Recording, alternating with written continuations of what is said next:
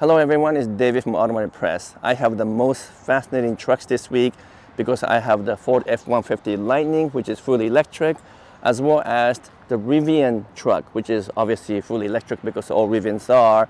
And so I have them side by side for this entire week. So what I want to do today is to do a live stream style of a video where I'm not gonna stop if I make a mistake or I might fumble here and there, but you're going to watch me as I take you through the entire journey of comparing the F-150 Lightning to a Rivian truck and to see if I can point out differences or similarities and whether or not I like one over the other, or perhaps maybe I love them both, who knows. So just follow me as I start with a quality audit and quality check, then we'll go into the inside and compare some of the functionality, then we take them both for a drive. Either way, it's going to be a very comprehensive video because I'm going to cover everything and I'm going to let you know from engineer's perspective what I think of these new amazing trucks.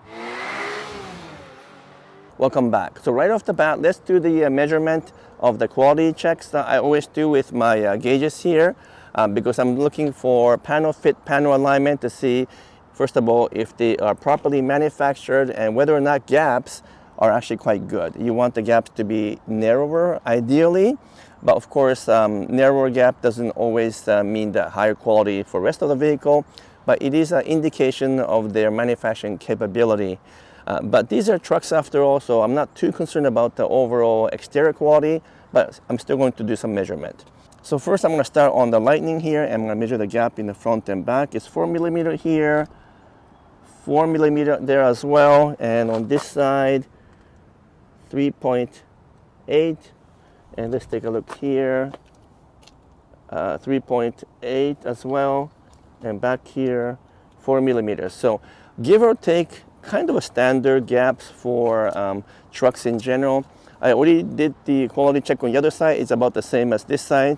What about the Rivian, which is all new? I'm pretty excited to be driving the Rivian because it's such a cool truck and a really cool brand to have something like this, because you guys know how much I love trucks, and more we are enjoying having the EV world or EV cars. So to combine a truck and an EV, in the case of these two, wow, this is an amazing week. This is like a Christmas for me this week. But let's take a look at the measurement and the quality of the Rivian, because it's a startup company and many people are wondering if the quality is really good or not. Well, the gap is actually pretty good. This is 3.8 millimeter here and 3.9 millimeter.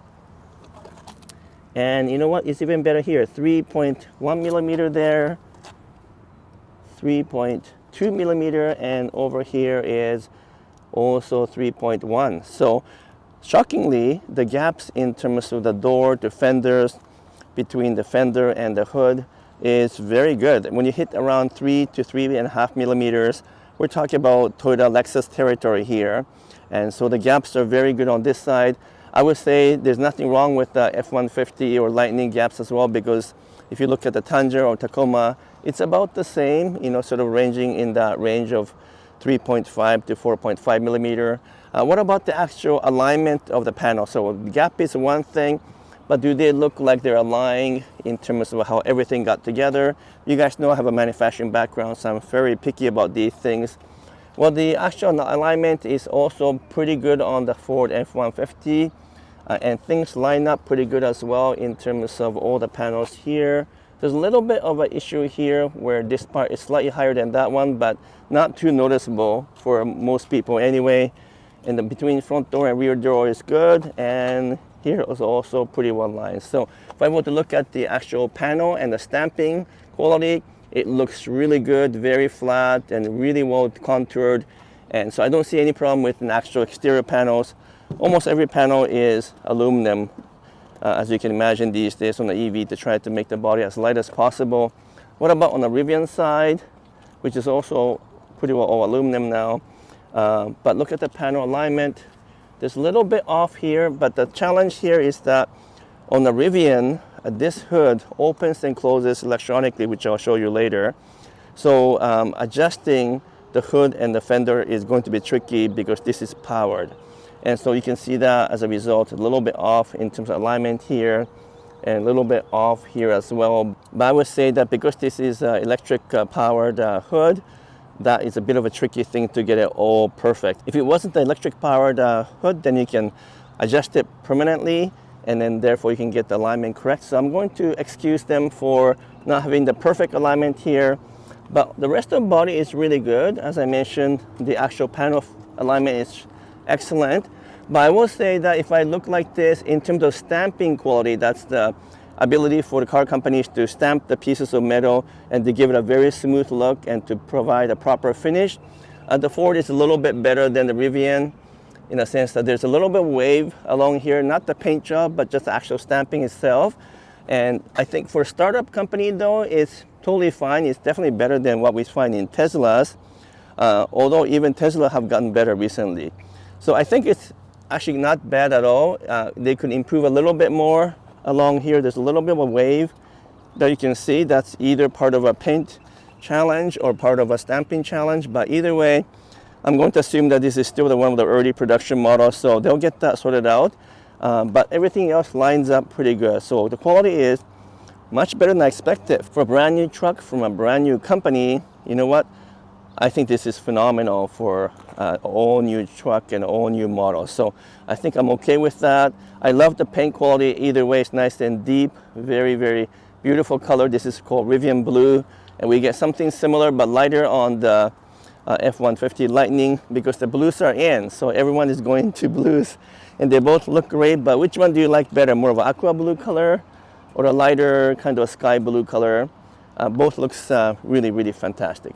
Now let's measure the paint thickness to see what's going on with these two trucks. Okay, so now I have my paint thickness gauge, which is what I use to measure the total amount of paint that's applied on top of the sheet metal or aluminum in this case. And obviously thicker the better in the sense of a long-term durability, but it's more of a consistency I'm looking for. So I want consistent thickness across the paint. If one panel happens to have a much thicker paint, for example, that means that panel have gone through some kind of a repair job at the factory. So those are things I look for. So let's check with the Ford Lightning first. 133 microns in the hood.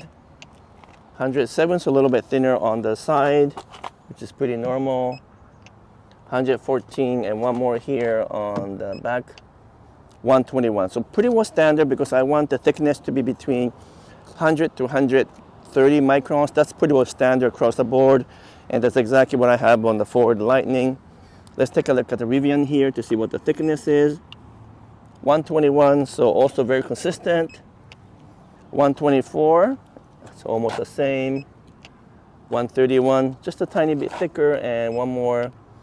116. So what I'm finding is that the consistency of the paint thickness is there, or the paint thickness is ranging sort of in from 110 to 130 range. So very good paint thickness for both. There's no concern over there. I couldn't find any paint thickness that is out of the range.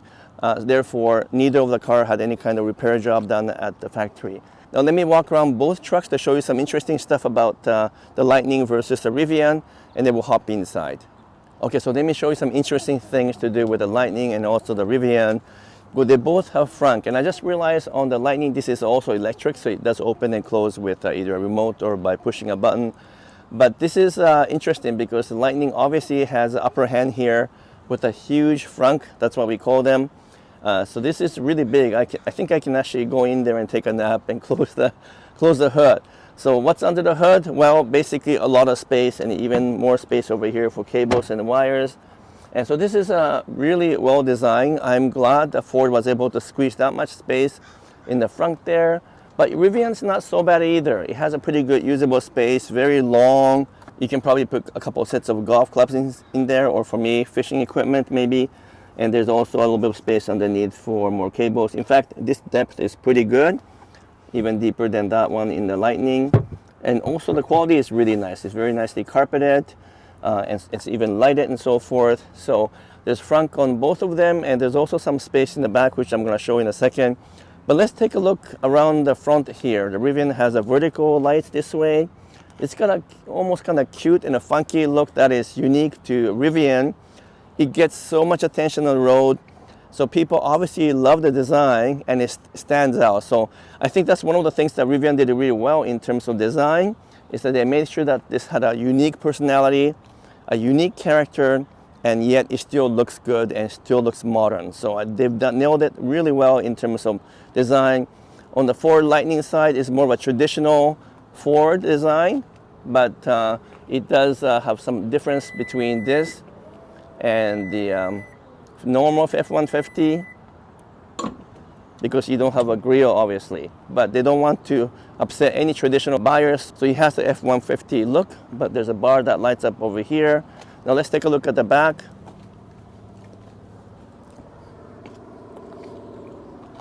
In the case of Ford, it also has a light all the way to the back. It wraps around, same thing on the Rivian, but Rivian has more of an SUV look. And once again, I gotta admit, Rivian has a really great design philosophy, because it's a truck, but it doesn't look like a truck.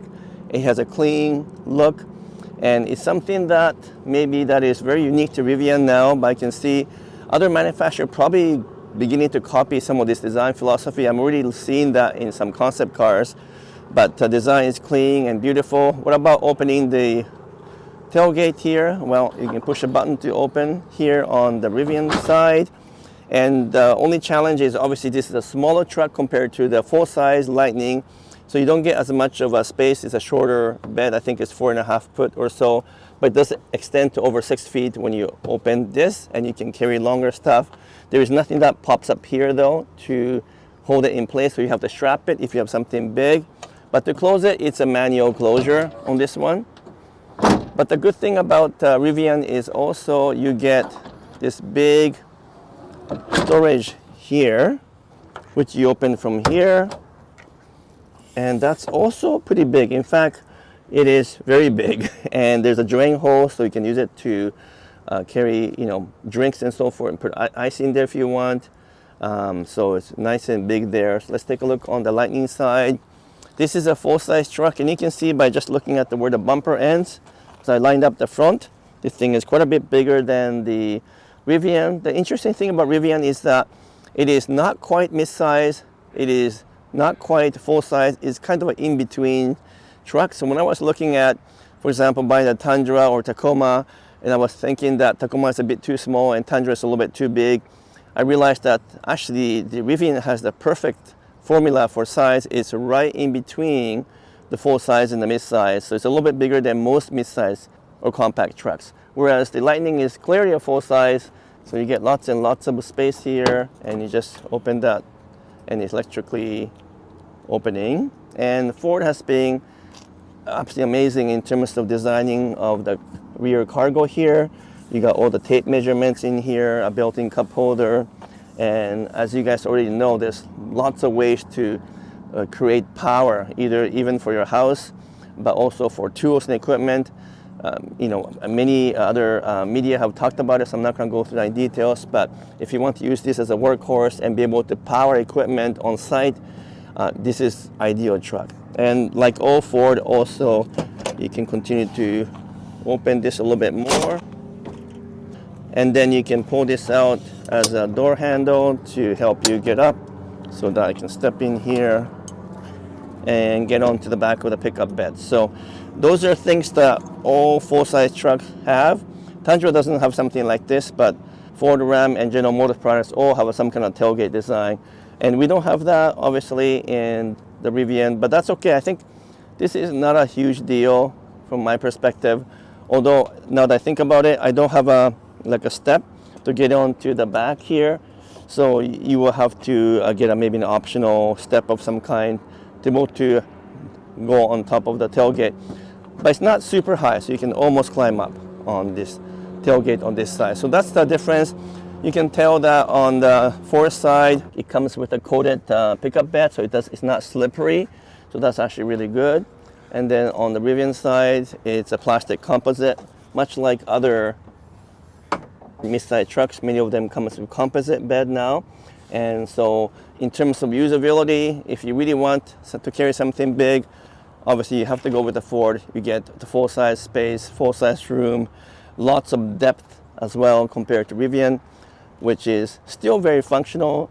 But when you look at the height and so forth, it is somewhat constrained by the fact that it is a mid-size truck as opposed to a full-size truck. Now this one did initially come with an electric tonneau cover, which I understand is no longer offered as an option. Maybe they found that it's not a best engineering solution. So I think you can get a normal tonneau cover, But in terms of this particular test drive vehicle we have, that tonneau cover has been turned off, I was told. So let me take a look at the inside now. We've gone through the exterior for the most part, and then we can talk about exactly how the things work in the Rivian versus Ford, and then we go for a drive. So first, let's go into the Rivian here.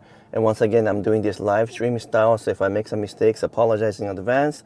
But you get exactly what I'm seeing and feeling, so it's kind of like a walking with me through this journey of comparing the two trucks. So Rivian is obviously following the Tesla style with panel over here, which is a very user-friendly panel actually, and then also one for instrumentations. There's no start or stop button, so when you walk in and step on the brake, basically the motor starts up and it's ready to go, and when you finish, you basically walk out of the truck, and as you walk away, it locks itself. So there's a number of ways to lock and unlock the truck, but basically just walking in and walking out, so it's pretty easy. Now what about just the old functionality? Like all Teslas, pretty well all the buttons have been removed, so I'm not too crazy about that. But having said that, the infotainment system and the interface is pretty straightforward because all the major things are on the bottom here. I can just touch here, for example, to get into the control for a variety of HVAC system, and even controlling the fan and the airflow. I can use this to control the fan direction. Isn't that cool? And some high-end cars have that these days, obviously. I think Tesla is a similar idea. So I can control which direction by my finger. So it's literally at the fingertip. And then I have a whole bunch of other controls here in terms of the type of driving you do. But I will point out one very important thing, which is the brake regen, which is ability for the vehicle to recharge itself when you take the accelerator off, is pretty strong on this Rivian. So there is two types, either high regen or standard, which is a default. But even in standard, it's not quite one pedal, but pretty close. So when you let the gas go, it's gonna slow down by itself without having to step too much on the brake. And obviously I'll show you that on the road. But there's no way to turn off that regen so that it feels more like a normal vehicle. Whereas on the F-150 Lightning, you can almost bring it down to zero and drive it like a normal vehicle for those people who are not used to regen feel of electric cars. So that's something that I hope in the future they will give us that option, because for some passenger, they get a little bit car sick when you have a regen on, because what happens is as soon as you let the accelerator go, the whole vehicle slows down and people are not used to that. So that's something I want to point out. But back to the infotainment system, you have all kinds of controls you can do, but I can adjust the height of the vehicle. I can change stability, the ride control. I have it in the soft for the ride because when you put on the stiff, it's actually very stiff. And there's nothing between stiff and soft, for example. But I can put everything also on the sport mode, and it will lower the truck and change the suspension setting and so forth to give a better on-road feel. So lots of controls I can do. What else I can show here? Audio and music. I don't have it connected. It does have Alexa and also Spotify, but surprisingly, there is no wireless Android Auto or wireless Apple CarPlay. They chose not to do that, but that's also the same in the case of Tesla, so I'm not too surprised by that. And then there's other things you can do. You can open the hood, you can open the charge port, all that stuff. And I'm going to actually show you the gear tunnel, which is something I forgot to do that earlier, so I'll show you before we jump into the Ford Lightning. And we can also look at the control mechanism for charging and how much range you have and so forth. So I think it's a pretty good system. It's very fast and responsive, better than I expected. This is also okay in a sense it's nice and big, it's easy to see. And the rest of the vehicle is beautiful. This is perhaps one of the best designed trucks in the world, regardless of whether it's EV or not. Very simple design, good quality in terms of stitching and selection of the material. I love the ash colored wood panel here. Looks really cool. And even the small plastic parts that goes into the steering, and over here for the center console, very well designed. Nothing seems to be out of place. When I do my punch test like this, everything feels really solid. and even Alcantara headliners here to give you kind of high-end feel. So everything in this truck makes you feel like you're in a really expensive vehicle, and in fact you wouldn't even know that you're in a truck, because from here it just looks like a really really high profile and high-end SUV even. And so it's a beautiful one. Even the seats are quite complicated in terms of design. I remember talking to an engineer about this, and they have a very complex design here, but beautiful and it's very comfortable, good support, both in terms of side support and also just the bottom support here. And reasonable amount of space in the back as well, even though it's not full size. I'll show you that in a second here. So let me do that first, and then I'll show you the actual tunnel that we have in this Rivian, which is unique to Rivian, and we jump into the Ford F-150. So we have the back seat here, which again for a mid-size truck is actually quite good. We have a strap over here and even the coat hanger over here, and these are kind of cool design here. So beautiful design here. You can open the back here as well for the armrest, and you get your own control for the HVAC, and the seats are actually very comfortable, just the perfect also angle. Sometimes trucks have these angles too vertical or too inclined, but it's perfect on the Rivian. Headroom is excellent. This doesn't open, by the way, but it is well tinted. I don't get too much light, but I wish I was able to control the tint on the top. That would have been helpful, and that would be great. But very comfortable rear space. Now let me show you this one interesting trick about the Rivian. So one unique aspect, which I'm sure you've seen already on the Rivian, is that this thing opens. It's called the gear tunnel. So I can open this. It's like having another internal luggage space. I'll go on the other side. You can see me from this side, and there you go. It's actually a pretty big space. I think I can climb in. I'm not going to do that right now, but you can fit a couple of suitcase, luggage, golf sets of golf clubs, and it's fully enclosed, and it's really good use of the space between the rear seat and the pickup bed, because sometimes this space is totally wasted. So this is perhaps one of the coolest features of the Rivian. You can also get all kinds of accessories that are become attached to this gear tunnel. Things like a barbecue set and so forth, almost unlimited things, and I'm sure they'll come up with even more.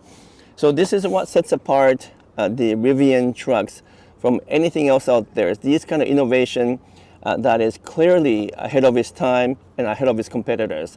Now let's go and take a look at the Ford F-150 interior, see what we find there. Okay, so now I'm in the Ford F-150 Lightning, full-size truck, lots of space. Obviously more practical than Rivian, which is more like a mid-size truck.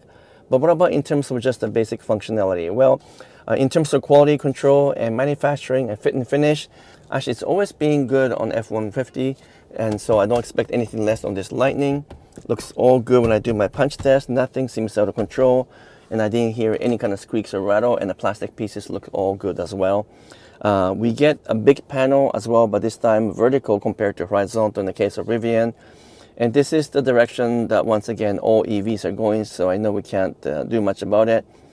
But Ford did try to mitigate some of the issues by having this one dial which can function as a volume control or as a temperature control. It changes based on what you select, so you kind of get a semi-button, and thankfully you still have a proper shifter and so forth, and lots of buttons on the steering as well to control. One unique thing about the Ford is that I can do this, put away the shifter, and then open this to get a nice working table, which also has non-slip texture. So that's unique to Ford. And this still opens as a normal center console, although a bit heavy, and it's also pretty big. Lots of cup holders front and back, and nice big steering with a good grip. And you get a full digital instrumentation here as well. But in terms of functionality, I'm not sure about this yet. I think it's not the easiest to use in the sense that there's almost too many choices. This is like iPad on wheels. And even though I'm sure you can get used to it and you'll know what to do, just trying to navigate everything is not simple. I'm glad that we do get Apple CarPlay and Android Auto, so that's a huge advantage for people who like to have that on the car compared to the Rivian that we are just looking at. But it is kind of overwhelming in terms of trying to control everything. Lots of things you can do, from the lighting to the locking mechanism to all the vehicle, the driver assistant. And this one also has force autonomous cruise control as an option if you want to do that, and lots of control for the trailer as well. So if you're used to the Ford ecosystem and you love the F-150 for what it stands for, which is the best-selling truck in the world, but you want the EV because you want to save gas and so forth, well, this is the obvious choice and perhaps the only choice right now. But if you wanted to buy something not as big, a little bit smaller, a little bit easier to maneuver in busy traffic, and you're wanting to take a chance with a new brand, then Rivian speaks to your heart. It's obviously the coolest truck that you can buy now.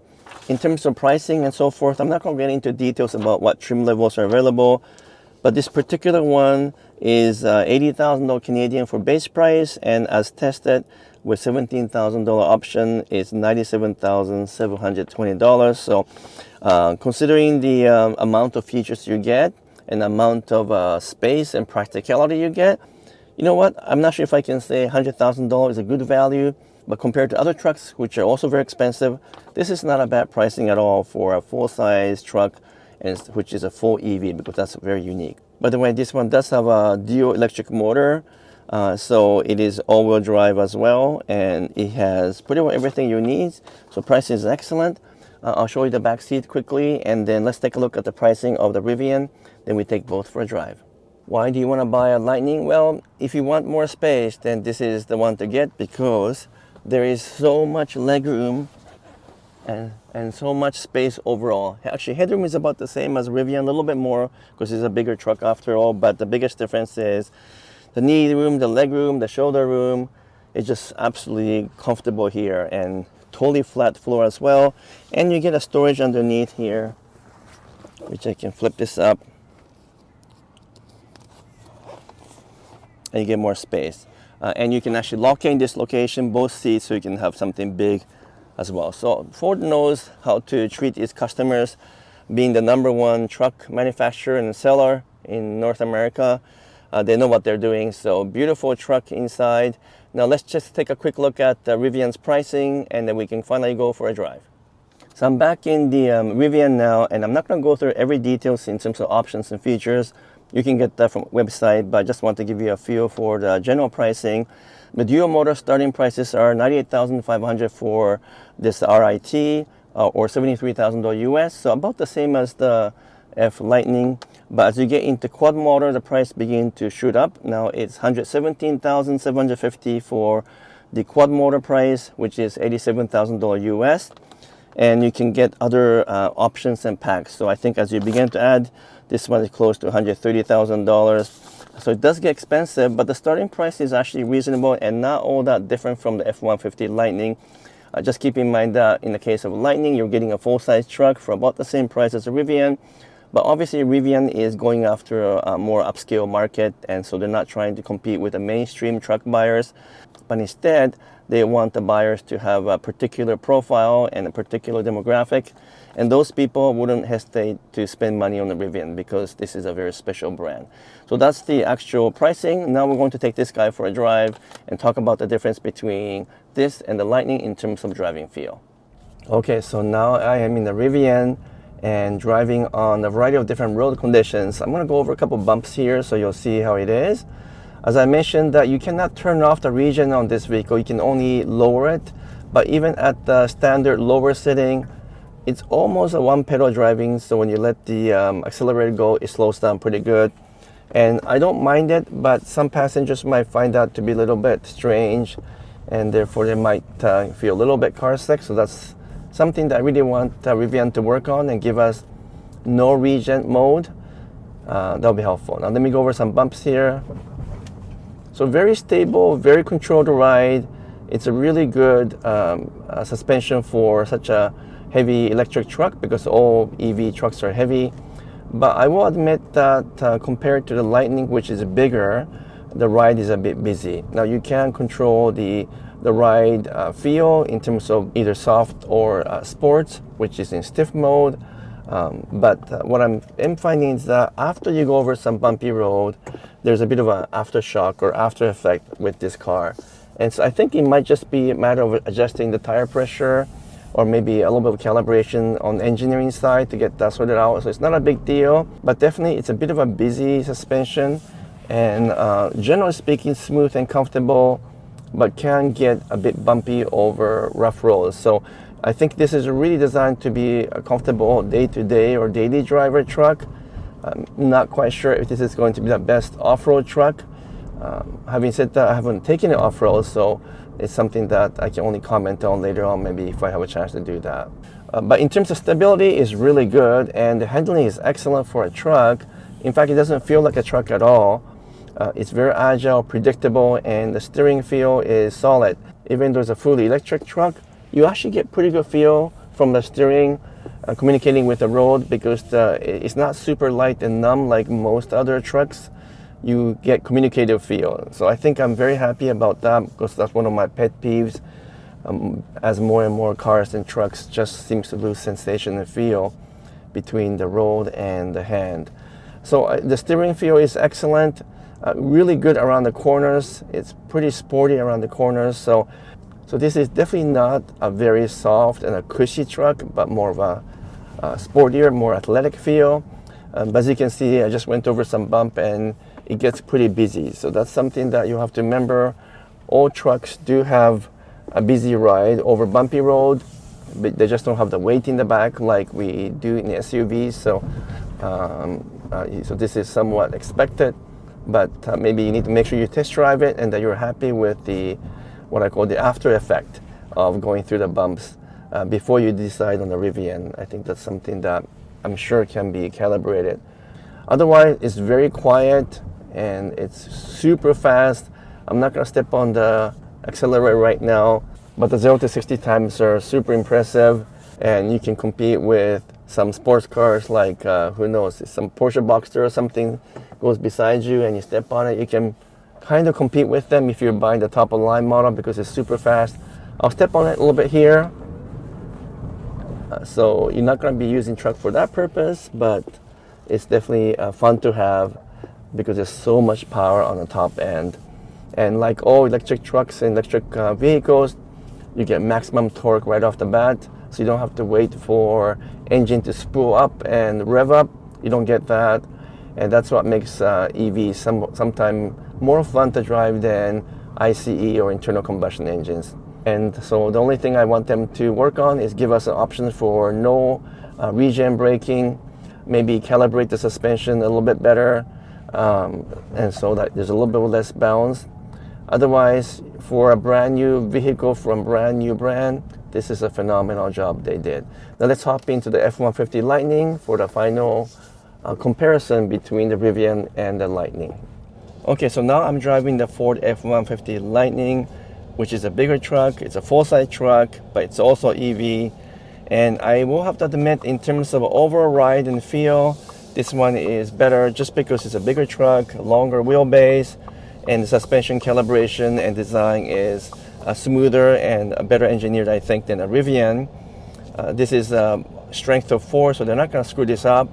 And as I go over bump here, it's like there's no bump at all.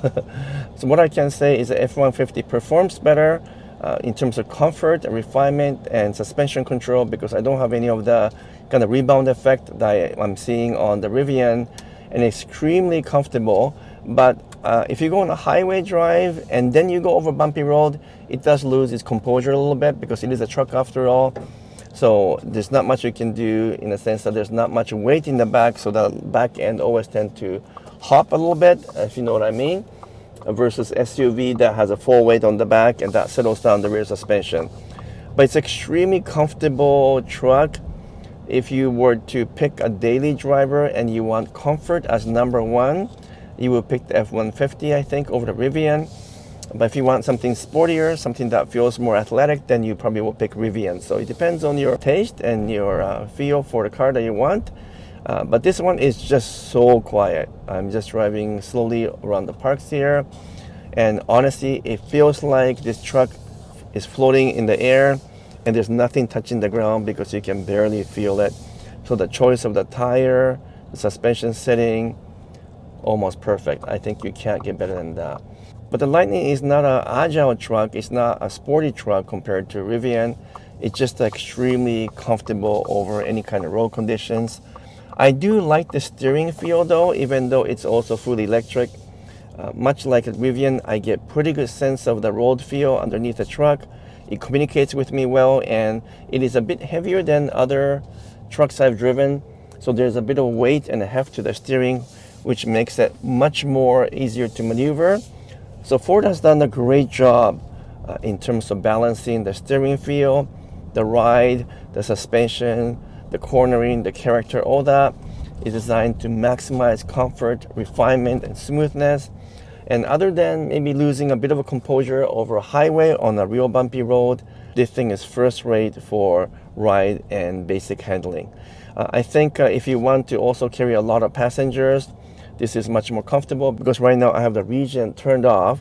So when you drive this, it just drives like a normal internal combustion engine in the sense that when I let the accelerator go, it coasts down the street just like in a real vehicle. But you can turn on the regen on the Lightning as well. And it's not quite one pedal driving, but you'll slow down quite a bit. And so that's something that people can do if they want to extend the range, because having the regen mode turned on obviously helps with recharging of the battery. So I love this truck, except for the size. Perhaps it's a bit big for me in Metro Vancouver here, which is very busy. But in terms of a daily driver or having a truck that can do everything and still be comfortable, this thing is absolutely top notch. So that is my feel for the F-150 Lightning versus the Rivian. So what can I say as I conclude this? Well, I'm going to be repeating myself a little bit, but you need to keep in mind just a few things. This is a full-size truck, which is a Lightning. The Rivian is a mid-size truck.